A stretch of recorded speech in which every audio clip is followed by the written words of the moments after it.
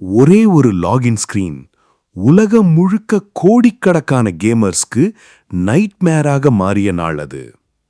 2011 April மாதம் சோனியின் PlayStation network திடீரென shut down ஆனது.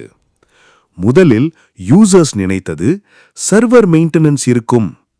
ஆனால் உண்மை அதைவிட பயங்கரமானது.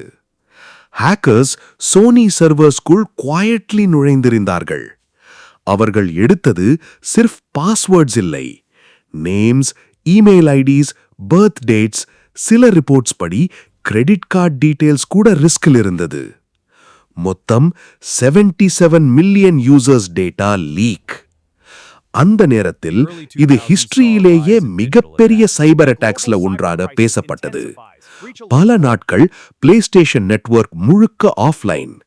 Gamers frustrated, parents scared. ஒரு சிம்பிள் கேமிங் அக்கவுண்ட் கூட ஒருவரின் பிரைவேட் ஐடென்டிட்டியாக மாறியிருந்தது. இந்த இன்சிடென்ட் ஒரு டேஞ்சரஸ் ட்ரூத்தை உலகத்துக்கு காட்டியது. இன்டர்நெட்டில் நாம் பயன்படுத்தும் ஒவ்வொரு அக்கவுண்டும் நம்முடைய டிஜிட்டல் வாழ்க்கையின் ஒரு பகுதி.